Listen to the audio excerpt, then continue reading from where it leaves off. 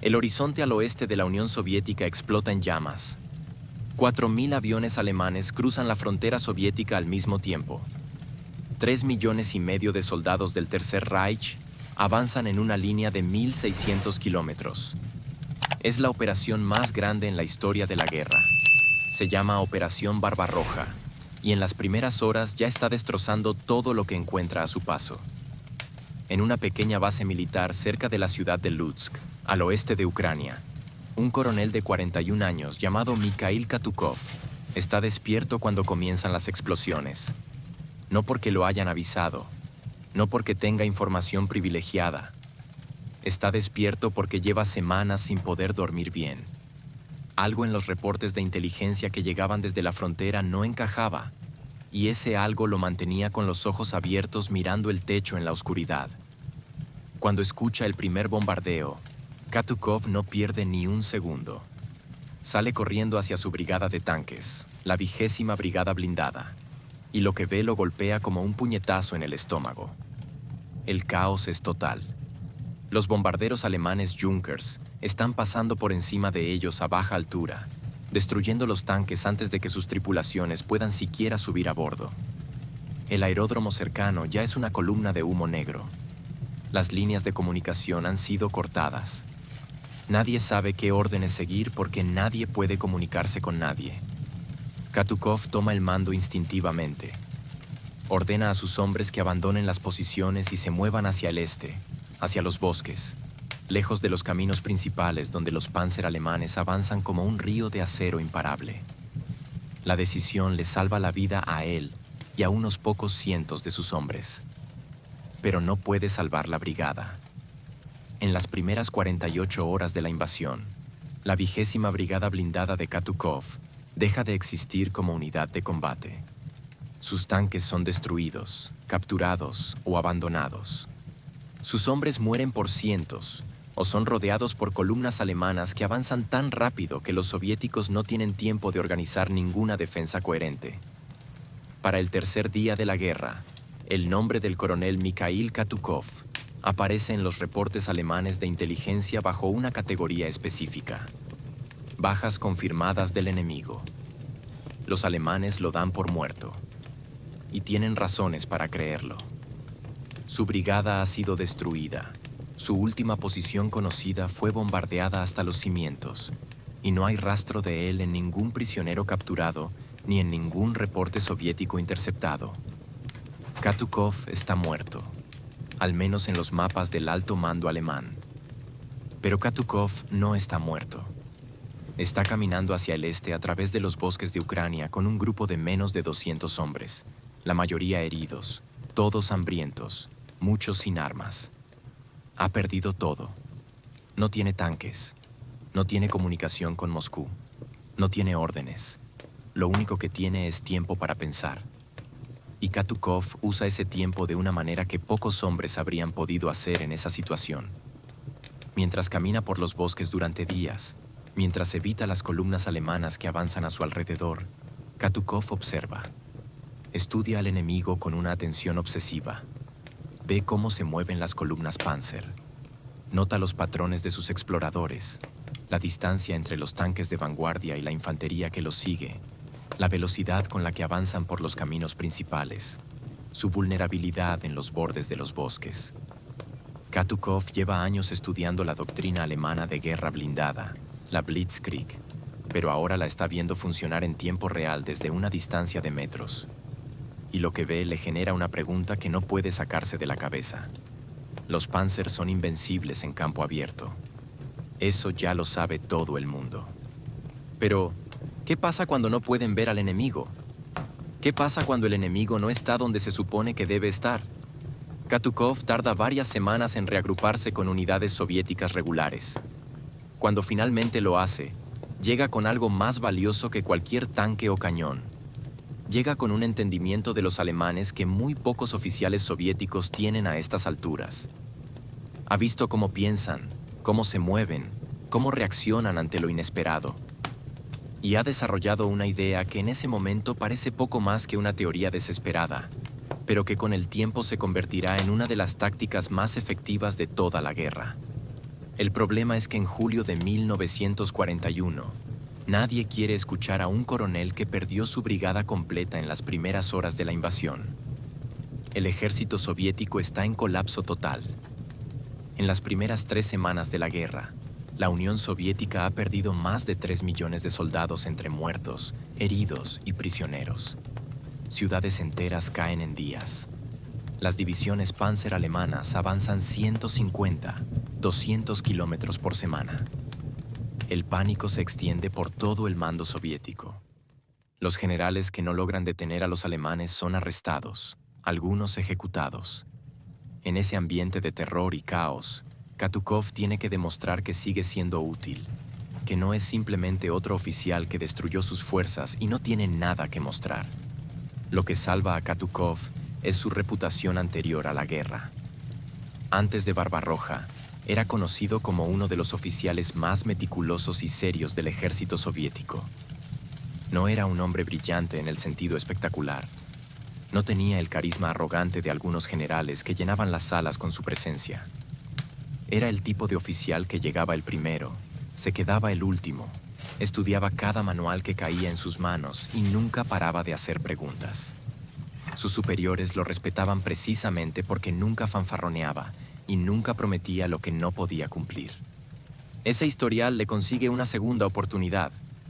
En agosto de 1941, Katukov recibe el mando de la 4ª Brigada de Tanques, una unidad que está siendo formada desde cero con equipamiento nuevo y hombres que en su mayoría nunca han combatido.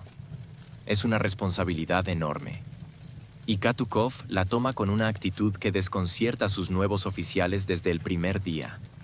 En lugar de entrenarlos en las tácticas soviéticas estándar, que a esas alturas han demostrado ser completamente ineficaces contra los alemanes, Katukov les enseña algo completamente diferente. Les habla de esconderse, de esperar, de dejar que el enemigo venga hacia ti en lugar de cargar hacia él. Les habla de los bosques, de la tierra, de convertir el paisaje en un arma. Sus oficiales lo escuchan con una mezcla de respeto y confusión. Esto no está en ningún manual. Esto no se parece a nada que les hayan enseñado en la academia. Pero Katukov los mira con esos ojos calmados y les dice algo que ninguno de ellos olvidará jamás. Un tanque que el enemigo no puede ver es más peligroso que 10 tanques que puede ver desde 5 kilómetros de distancia. Mientras tanto, en el cuartel general alemán en el este, el nombre de Mikhail Katukov sigue apareciendo en los registros bajo la categoría de muertos en combate. Nadie sabe que está vivo.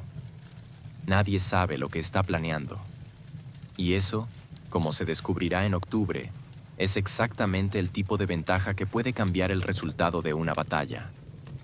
Porque en octubre de 1941, la batalla más importante de la guerra está a punto de comenzar. Octubre de 1941. El ejército alemán está a 20 días de Moscú. La Operación Tifón, el asalto final sobre la capital soviética, está en marcha. 1 millón de soldados alemanes, 1.700 tanques, 14.000 piezas de artillería convergen sobre Moscú desde 3 direcciones diferentes. El comandante de las fuerzas blindadas alemanas es Heinz Guderian, el general más brillante de la Blitzkrieg, el hombre que ha demostrado en Polonia, en Francia, en los primeros meses de Barbarroja, que los Panzer son invencibles cuando se usan de manera correcta. Guderian está seguro de que Moscú caerá antes de que llegue el invierno. Sus tanques han avanzado 700 kilómetros en 3 meses. Moscú está a 150 kilómetros. Es solo cuestión de días. En el camino de Guderian hacia Moscú hay un pueblo pequeño que en tiempos normales nadie recordaría. Se llama Emtsensk, en la región de Oriol, y tiene la mala suerte geográfica de estar exactamente donde el camino principal hacia Moscú pasa entre 2 áreas de bosque denso. Por ese pueblo tienen que pasar los tanques de Guderian. No hay otra ruta viable. Y es precisamente allí donde el alto mando soviético, en un acto de casi desesperación, decide colocar a Katukov con su 4ª Brigada de Tanques para detener el avance. La orden que recibe Katukov el 3 de octubre de 1941 es, en términos militares, una sentencia de muerte. Se le ordena detener a la cuarta división Panzer alemana del general Langermann con sus propias fuerzas. Tiene 46 tanques operativos, varios de ellos con problemas mecánicos. La cuarta división Panzer de Langermann tiene más de 400 máquinas de guerra, apoyo de artillería pesada, infantería motorizada y la confianza que da haber aplastado todo lo que se ha puesto en su camino durante los últimos 4 meses. Los propios oficiales de Katukov hacen los cálculos mentalmente cuando reciben la orden y todos llegan a la misma conclusión. Están a punto de ser destruidos. Pero Katukov no hace los mismos cálculos que sus oficiales. Katukov no está pensando en cuántos tanques tiene versus cuántos tiene el enemigo. Está pensando en el terreno. Pasa la noche entera del 3 al 4 de octubre sobre los mapas y recorriendo personalmente las áreas de bosque alrededor de Mtsensk. Habla poco durante esas horas. Sus ayudantes lo siguen sin saber qué está viendo, qué está calculando. Al amanecer del 4 de octubre, Katukov reúne a todos sus comandantes de compañía y les explica el plan. El silencio que sigue es total. Uno de los comandantes, el mayor Burda, lo mira durante varios segundos antes de decir una sola palabra. Están locos. Katukov sonríe levemente y les explica por segunda vez. Más despacio. El plan es el siguiente. Ningún tanque de la brigada va a esperar a los alemanes en una posición defensiva tradicional. Ningún tanque va a estar visible desde el camino principal. En cambio, cada tanque, cada cañón antitanque, cada posición de infantería va a ser enterrada, camuflada, escondida en el bosque, en las cuestas de las colinas, detrás de edificios, en zanjas cubiertas de ramas. Los tanques van a cavar literalmente sus propias posiciones en la tierra, exponiendo únicamente el cañón. Van a convertirse en parte del paisaje. Y cuando los Panzer alemanes pasen por delante de ellos, los van a atacar desde todos los flancos al mismo tiempo, desde distancias tan cortas que los alemanes no tendrán tiempo de reaccionar. Es una emboscada, pero no una emboscada convencional donde se ataca y se huye. Es un sistema de emboscadas en capas que cubre varios kilómetros del camino, diseñado para confundir, detener y destruir. Katukov ha calculado que si sus tanques están bien escondidos, cada uno de ellos puede disparar varios proyectiles antes de ser identificado. Y si todos disparan al mismo tiempo desde posiciones diferentes, los alemanes no sabrán hacia dónde mirar, no sabrán desde cuántos puntos los están atacando, no sabrán cuántas fuerzas tienen delante. La clave es el camuflaje. Y aquí entra en juego algo que Katukov ha entendido que los manuales soviéticos han ignorado casi completamente. Los tanques T-34 soviéticos tienen una capacidad que los Panzer alemanes no tienen. El T-34 puede moverse por terreno blando, por barro, por bosques, con una facilidad que las máquinas alemanas no pueden igualar. Sus orugas anchas, diseñadas para el invierno ruso, le permiten meterse en lugares donde un Panzer IV quedaría atascado. Y eso significa que Katukov puede esconder sus tanques en lugares donde los alemanes nunca pensarán que puede haber un tanque. Los hombres trabajan sin parar durante 2 días completos.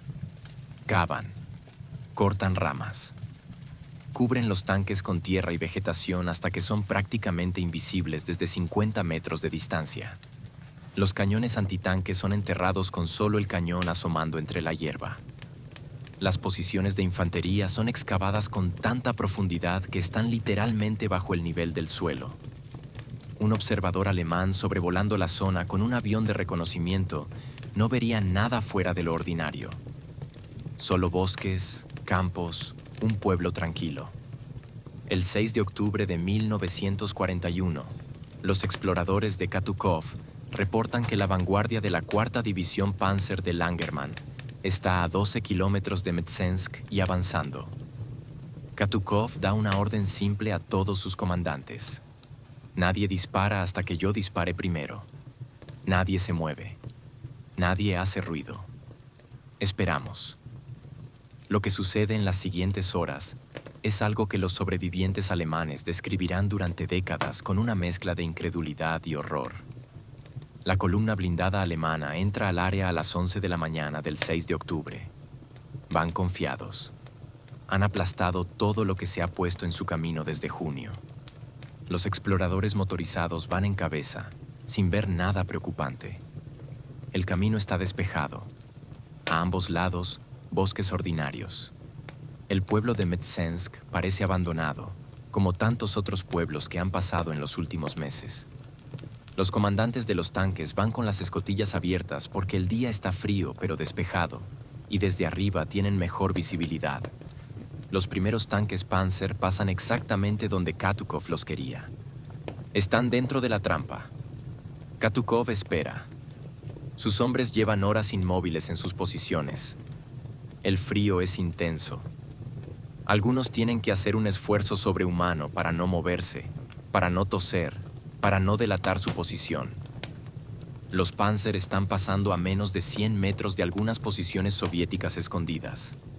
Las tripulaciones alemanas no ven nada. Cuando la columna alemana está suficientemente comprometida dentro del área de emboscada, Katukov dispara el primer proyectil. Lo que sigue es el caos más absoluto que los soldados alemanes han vivido en toda la campaña del Este. Desde todos los lados, desde posiciones que nadie sabía que existían, empiezan a disparar cañones. Los primeros Panzer de la columna explotan en segundos. Los de detrás frenan, intentan maniobrar, pero el camino es estrecho y los bosques están a ambos lados. Los comandantes alemanes intentan identificar desde dónde vienen los proyectiles, pero es imposible porque vienen de todas direcciones a la vez.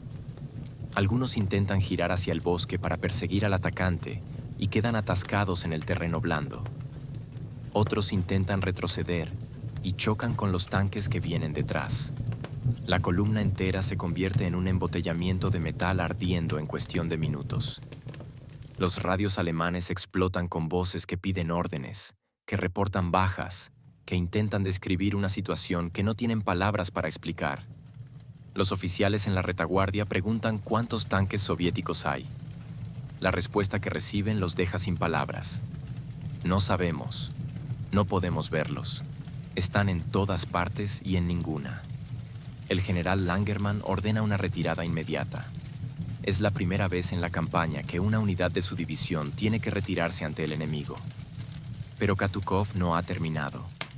Esta es la parte del plan que sus propios oficiales no habían entendido completamente cuando se lo explicó.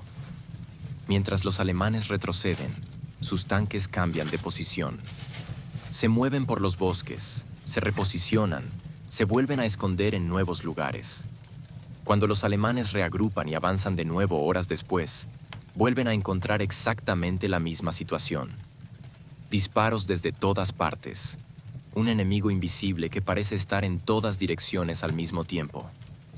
El 7 de octubre, la 4ª División Panzer intenta un ataque por el flanco con una columna que rodea el bosque por el norte. Katukov lo anticipa porque ha estudiado el terreno y sabe que ese es el único flanco disponible. Ha colocado una reserva de tanques específicamente para ese escenario. Cuando la columna alemana de flanqueo emerge de una cresta, encuentra 6 T-34 esperando en posiciones perfectas, y los primeros 5 Panzer son destruidos en los primeros 30 segundos. El 8 de octubre, Langermann pide refuerzos urgentes y reporta al cuartel general de Guderian algo que en ese momento suena casi ridículo. Hay una unidad soviética en Mtsensk que está utilizando tácticas que no se parecen a nada que hayan visto antes. No cargan, no defienden en línea abierta. Desaparecen y reaparecen. Sus tanques parecen salir de la tierra. No podemos determinar su número ni su posición con ningún método convencional de exploración. Guderian, el hombre que teóricamente ha inventado la guerra moderna de tanques, lee ese reporte y no lo puede creer. Ordena personalmente que se envíe reconocimiento aéreo intensivo sobre Mtsensk. Los aviones pasan una y otra vez sobre la zona. Los fotógrafos aéreos revelan sus fotos y encuentran básicamente lo que encontraría cualquier observador a pie. Bosques, campos, un pueblo. Nada más. No hay formaciones de tanques visibles. No hay posiciones defensivas identificables. El enemigo literalmente no existe en las fotografías. Guderian tarda un momento en aceptar lo que eso significa. Que hay un comandante soviético en Emetseensk que ha resuelto el problema de la invisibilidad. Que ha encontrado la manera de hacer que sus tanques no existan para la inteligencia alemana hasta el momento exacto en que disparan. Durante los siguientes 8 días, la Cuarta División Panzer de Langermann intenta tomar Emetseensk con todos los recursos a su disposición. Bombardeos de artillería masivos sobre el área. Ataques nocturnos. Intentos de infiltración de infantería. Reconocimiento aéreo constante.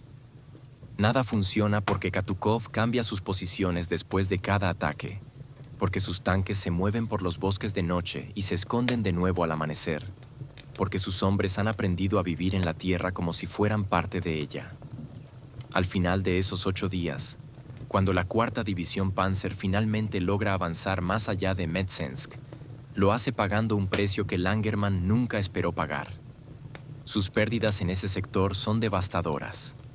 Más de 130 tanques destruidos o gravemente dañados, miles de hombres de infantería muertos o heridos, y lo más costoso de todo, una semana perdida en el avance sobre Moscú. Una semana durante la cual el invierno ruso se acerca un poco más. Pero hay algo más importante que los números. Hay algo que sucede en el cuartel general alemán cuando los reportes de Emetseensk son analizados, que cambiará la manera en que los alemanes piensan sobre sus propios tanques.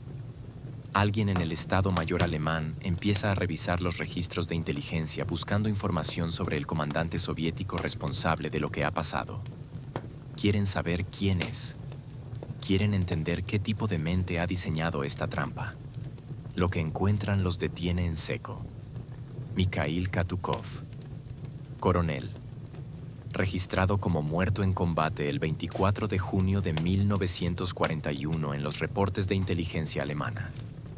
El hombre que acaba de destruir más de 130 de sus mejores tanques y detener el avance de una división Panzer durante 8 días, lleva 4 meses oficialmente muerto en sus propios archivos. Ha estado operando como un fantasma, sin que nadie lo buscara, sin que nadie lo vigilara, sin que nadie lo tuviera en cuenta como amenaza. Y en ese tiempo invisible, ha estudiado a los alemanes con tal profundidad que ha encontrado el punto exacto donde la máquina de guerra más poderosa de la historia tiene una grieta. Guderian leerá el reporte de Emetseensk varios días después y escribirá en su diario algo que sus biógrafos citarán durante décadas. Por primera vez en esta campaña, hemos encontrado un adversario que nos ha enseñado algo sobre nuestros propios tanques que no sabíamos. En Moscú, Stalin recibe el reporte de Emetseensk el 9 de octubre. Lo lee 2 veces. Llama al oficial que se lo entrega y le hace una pregunta. ¿Este Katukov es el mismo que perdió toda su brigada en los primeros días de la guerra? El oficial confirma que sí. Stalin guarda silencio unos segundos. Luego dice una sola orden. Ascendidlo a general. Es uno de los ascensos más rápidos de toda la guerra soviética. Y es solo el comienzo. Lo que Katukov hizo en Emetseensk no fue solo una victoria táctica. Fue una demostración práctica de algo que todo el ejército soviético necesitaba desesperadamente entender. En noviembre de 1941, cuando Katukov llega a Moscú para reunirse con los altos mandos y explicar lo que había hecho en Emetseensk, encuentra una audiencia que lo escucha con una intensidad casi hambrienta. Los generales soviéticos llevan meses viendo cómo sus unidades son destruidas una tras otra, intentando detener a los Panzer con tácticas directas, enfrentando el acero alemán con acero soviético en campo abierto. Han perdido millones de hombres. Han perdido miles de tanques. Y todo lo que tienen para mostrar son derrotas. Katukov les habla durante horas. Les explica el concepto completo, la lógica detrás de las posiciones enterradas, la importancia del terreno, la manera de usar el movimiento nocturno para reposicionarse sin ser detectado. Les habla de algo que en ese momento suena casi filosófico para hombres acostumbrados a pensar en la guerra como una cuestión de números y potencia de fuego, la invisibilidad como arma. El mariscal Zhukov, el hombre que salvará Moscú en las semanas siguientes, Escucha a Katukov con una atención particular. Zhukov es un general de instintos brutales y genio estratégico, pero tiene la inteligencia suficiente para reconocer cuando alguien ha descubierto algo valioso. Después de la reunión, se acerca a Katukov en privado y le dice que lo que hizo en Emetsensk será estudiado en todas las academias militares soviéticas durante los próximos 20 años. No lo dice como un cumplido, lo dice como un hecho. Tiene razón, aunque en ese momento nadie lo sabe todavía. Las tácticas de Katukov se adoptan y se adaptan rápidamente, no de manera uniforme ni perfecta, porque el ejército soviético en el invierno de 1941 está demasiado presionado para implementar cambios doctrinales de manera ordenada. Pero la idea central, la de que los tanques pueden ser invisibles, la de que el camuflaje y la posición son tan importantes como el blindaje y el calibre del cañón, empieza a extenderse por toda la jerarquía militar soviética. En diciembre de 1941, cuando la contraofensiva soviética frente a Moscú comienza y los alemanes son empujados hacia atrás por primera vez en la guerra, varias de las unidades más efectivas en esa contraofensiva utilizan variaciones de las tácticas de Katukov. Atacan desde posiciones inesperadas, se mueven de noche, explotan los flancos débiles en lugar de golpear las posiciones fuertes de frente. Y los alemanes, que en el verano aplastaban todo con la fuerza bruta de la Blitzkrieg, empiezan a encontrarse con un enemigo que se comporta de maneras que sus manuales no contemplan. Pero Katukov no se queda contemplando cómo sus ideas se extienden. Él mismo sigue en primera línea. En el invierno de 1941 y la primavera de 1942, su brigada, que para entonces ha sido ampliada y rebautizada como el primer cuerpo de tanques, opera en el sector central del frente, golpeando posiciones alemanas con la misma metodología que desarrolló en Metsensk. Emboscadas, posiciones escondidas, ataques desde ángulos inesperados. Los alemanes aprenden a temerle específicamente. Cuando los reportes de inteligencia alemana identifican al primer cuerpo de tanques de Katukov en un sector determinado, los comandantes locales de Panzer aumentan su nivel de precaución de manera automática, porque saben lo que significa. El hombre que llevaba meses muerto en sus archivos se ha convertido en una de las amenazas más persistentes y desconcertantes del frente oriental. Y luego llega el verano de 1943, y con él, Kursk. La batalla de Kursk es el enfrentamiento de tanques más grande de la historia. Los alemanes concentran allí 3.000 tanques, incluyendo sus mejores máquinas, los nuevos Panther y los Tigers, para destruir el saliente soviético y recuperar la iniciativa estratégica que perdieron en Stalingrado. Los soviéticos saben que viene el ataque. Han tenido meses para preparar sus defensas. Y en esa preparación, las ideas de Katukov están en todas partes. Los campos de minas que los alemanes encuentran al atacar en julio de 1943 son devastadores. Pero las minas solas no habrían sido suficientes. Lo que hace que las defensas soviéticas en Kursk sean verdaderamente mortales para los Panzer alemanes es la combinación de obstáculos con posiciones de tanques y cañones antitanque escondidos exactamente de la manera que Katukov había perfeccionado en Emetsensk casi 2 años antes. Cuando los Tigers alemanes cruzan los campos de minas con dificultad y creen que lo peor ha pasado, se encuentran con que los cañones soviéticos les están disparando desde posiciones que no pueden identificar. Y cuando intentan maniobrar para salir de los ángulos de fuego, encuentran más cañones en los nuevos ángulos. Es la pesadilla de Metsensk multiplicada por 100 kilómetros de frente. Katukov personalmente comanda el primer ejército de tanques de la Guardia en Kursk, una de las formaciones más grandes y mejor equipadas del ejército soviético en ese momento. Su papel en la batalla es defensivo al principio, absorbiendo el impacto del ataque alemán con las mismas técnicas que ha refinado durante 2 años. Sus tanques esperan enterrados, invisibles. Los alemanes avanzan. Y entonces la trampa se cierra. Los números finales de Kursk son épicos. Los alemanes pierden más de 1.500 tanques en 10 días de combate. Entre ellos, docenas de los nuevos Tigers y Panther que representaban la esperanza alemana de recuperar la superioridad técnica. La batalla es una catástrofe de la que el ejército alemán nunca se recuperará completamente. Después de Kursk, los alemanes no lanzarán ninguna ofensiva estratégica importante en el frente oriental. El resto de la guerra será para ellos una larga retirada hacia Berlín. Katukov está en el corazón de esa victoria.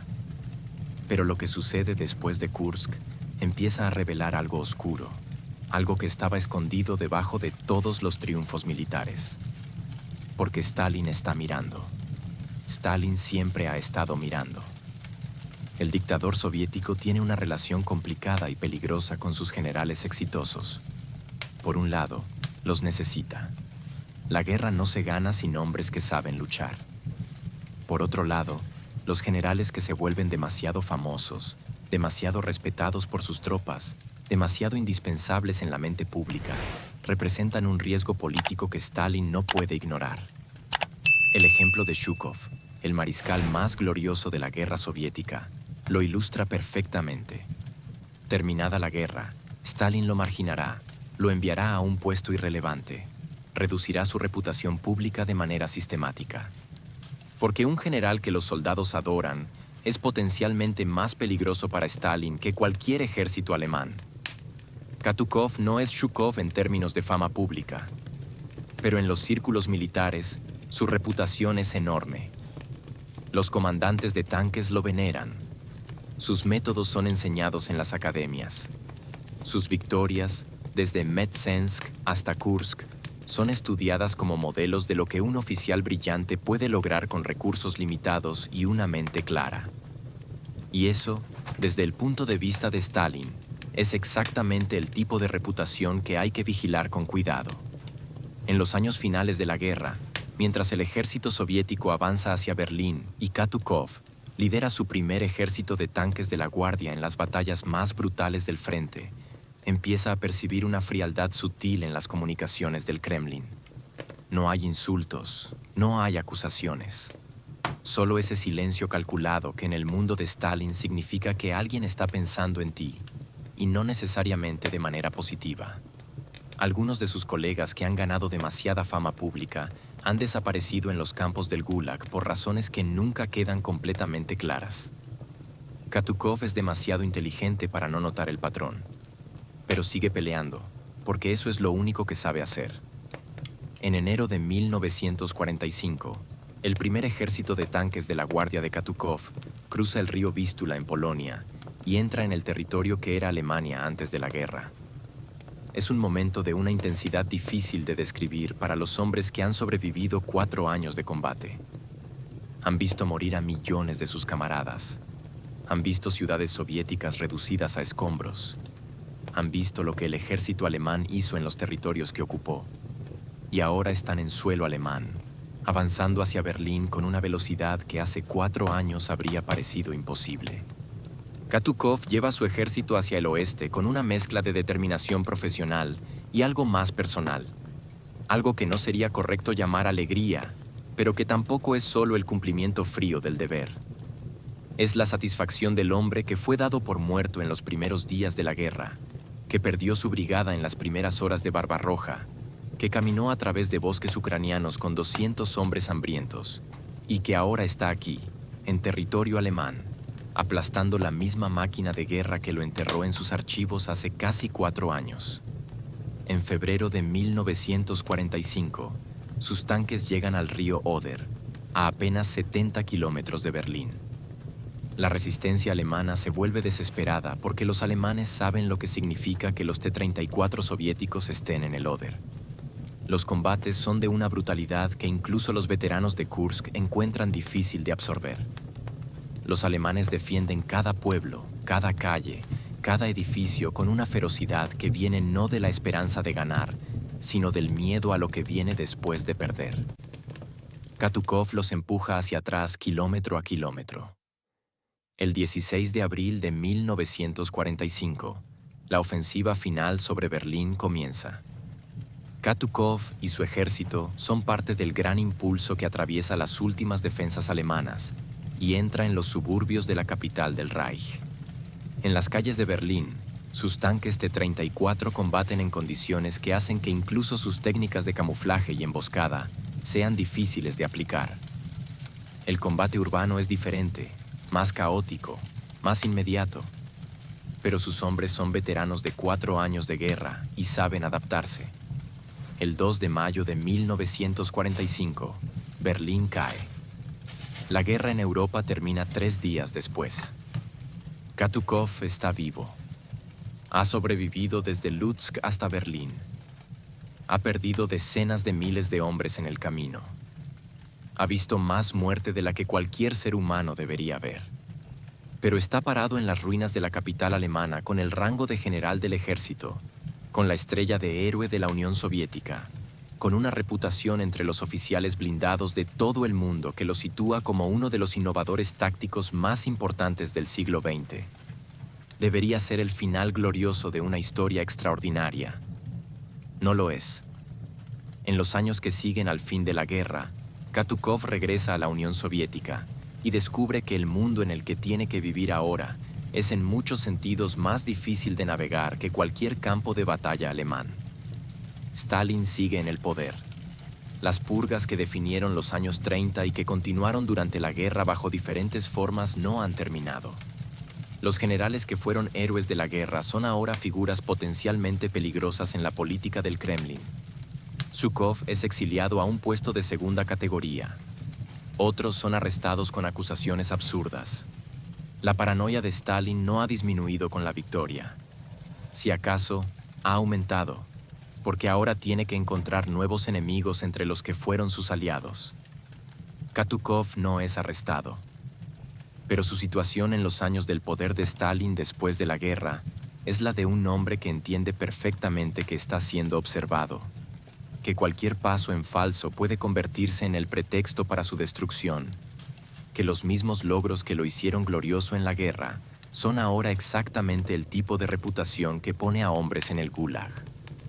Ha sobrevivido a 4 años de guerra alemana, aprendiendo a leer el terreno, a entender al enemigo, a no moverse hasta que la situación sea favorable. Ahora aplica exactamente las mismas habilidades a la política soviética de posguerra. Se mantiene leal, visible pero no demasiado visible, activo pero no demasiado independiente. Es el tipo de equilibrio que requiere una habilidad propia y que no todos los generales de su generación logran mantener. Muchos que no entienden el juego o que no pueden contenerse terminan mal. Katukov entiende el juego perfectamente. Cuando Stalin muere en 1953, algo cambia en el aire de la Unión Soviética. Gradualmente, los generales que habían sido marginados empiezan a recuperar sus posiciones. Zhukov regresa al primer plano. El periodo de terror permanente que Stalin había instalado no desaparece de un día para otro, pero empieza a aflojarse. Katukov, que ha sobrevivido los años más peligrosos manteniendo un perfil calculado, puede empezar a respirar con algo menos de cautela. Pasa los años siguientes en cargos militares de alta responsabilidad, enseñando, escribiendo, formando a la siguiente generación de comandantes blindados soviéticos. Sus memorias, publicadas en los años 60, son un documento extraordinario porque Katukov escribe de una manera que los memorialistas soviéticos rara vez se permiten, con honestidad sobre los errores, con claridad sobre las dudas, con la voz de un hombre que ha estado en el terreno real y no en el terreno de la propaganda. Muere en 1976, a los 76 años, con el máximo rango del ejército soviético y con todos los honores formales que la Unión Soviética puede dar a un general de su historial. Su funeral es de Estado. Sus logros son reconocidos oficialmente. Hay monumentos, hay placas, hay calles con su nombre. Pero la pregunta que flota sobre toda su historia, la pregunta que no aparece en los monumentos ni en las placas, es esta.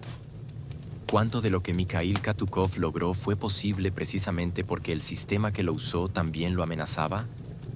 ¿Cuánto de esa habilidad para leer el terreno, para moverse de manera invisible, para anticipar cómo piensa el enemigo, fue moldeada no solo por enfrentarse a los Panzer alemanes, sino por sobrevivir en el sistema de Stalin? El hombre que Hitler creyó muerto sobrevivió no una sino 2 guerras. La primera contra los alemanes, con tanques y cañones. La segunda contra la paranoia de su propio líder, con silencio y disciplina, y el mismo instinto para la invisibilidad que lo hizo grande en los bosques de Metsensk. Hay una ironía final en la historia de Katukov que merece ser dicha claramente. Los ingenieros alemanes, después de la guerra, estudiaron las pérdidas de Metsensk con detalle. Querían entender técnicamente qué había pasado, cómo 46 tanques soviéticos habían logrado detener y destruir a una división Panzer completa durante 8 días. Lo que encontraron no fue una superioridad técnica del T-34 sobre el Panzer IV, aunque el T-34 era un tanque excelente. Lo que encontraron fue que habían sido derrotados no por una máquina, sino por una mente. Por alguien que había estudiado sus patrones con más cuidado que ellos mismos los habían estudiado. Por alguien que entendía la diferencia entre tener más poder y saber usarlo de manera invisible. En las academias militares de todo el mundo, desde West Point en Estados Unidos hasta las academias blindadas de Israel, que construyeron su doctrina de guerra de tanques en buena medida sobre las lecciones del Frente Oriental. La batalla de Mtsensk es estudiada hasta el día de hoy como un ejemplo clásico de cómo la innovación táctica puede superar la superioridad numérica. El nombre de Katukov aparece en esos estudios junto a los de Rommel y Guderian como uno de los grandes comandantes blindados del siglo XX. Pero hay algo que ninguno de esos estudios académicos suele mencionar. Que cuando Katukov desarrolló esas tácticas en octubre de 1941, lo hizo siendo un hombre que oficialmente no existía. Que las ideas que cambiaron la manera de hacer la guerra con tanques nacieron en la mente de un oficial que llevaba meses muerto en los archivos del enemigo. Que la trampa más efectiva que cualquier comandante soviético tendió a los alemanes fue armada por un fantasma. Y que ese mismo fantasma, cuando la guerra terminó, tuvo que volver a aprender a ser invisible, aunque esta vez no para esconderse de los Panzer alemanes, sino para sobrevivir en el mundo que su propia victoria había ayudado a crear. La historia de Mikhail Katukov es la historia de un hombre que entendió antes que nadie que en la guerra, como en la vida, la persona que el enemigo no puede ver es siempre la más peligrosa. Y que esa lección, aprendida en los bosques helados de Ucrania mientras caminaba entre los muertos de su brigada destruida, vale más que cualquier número de tanques, cualquier volumen de artillería, cualquier ventaja técnica que pueda dar la ingeniería de un país. Un solo hombre. 46 tanques. 8 días. Y la máquina de guerra más poderosa de la historia tuvo que detenerse y preguntar, ¿de dónde vienen los disparos? La respuesta, como siempre con Katukov, era simple. De todas partes. Y de ninguna. Si esta historia te dejó pensando, si descubriste algo hoy que no sabías antes, hay miles de historias exactamente igual de impactantes que nadie te ha contado todavía. Historias de hombres que cambiaron guerras con una sola idea. Decisiones tomadas en segundos que movieron el curso de la historia entera. Suscríbete ahora, porque la próxima historia que publicamos es de ese tipo que no puedes dejar a medias una vez que empieza. Activa la campanita para que no se te escape. Lo que viene es mejor que esto.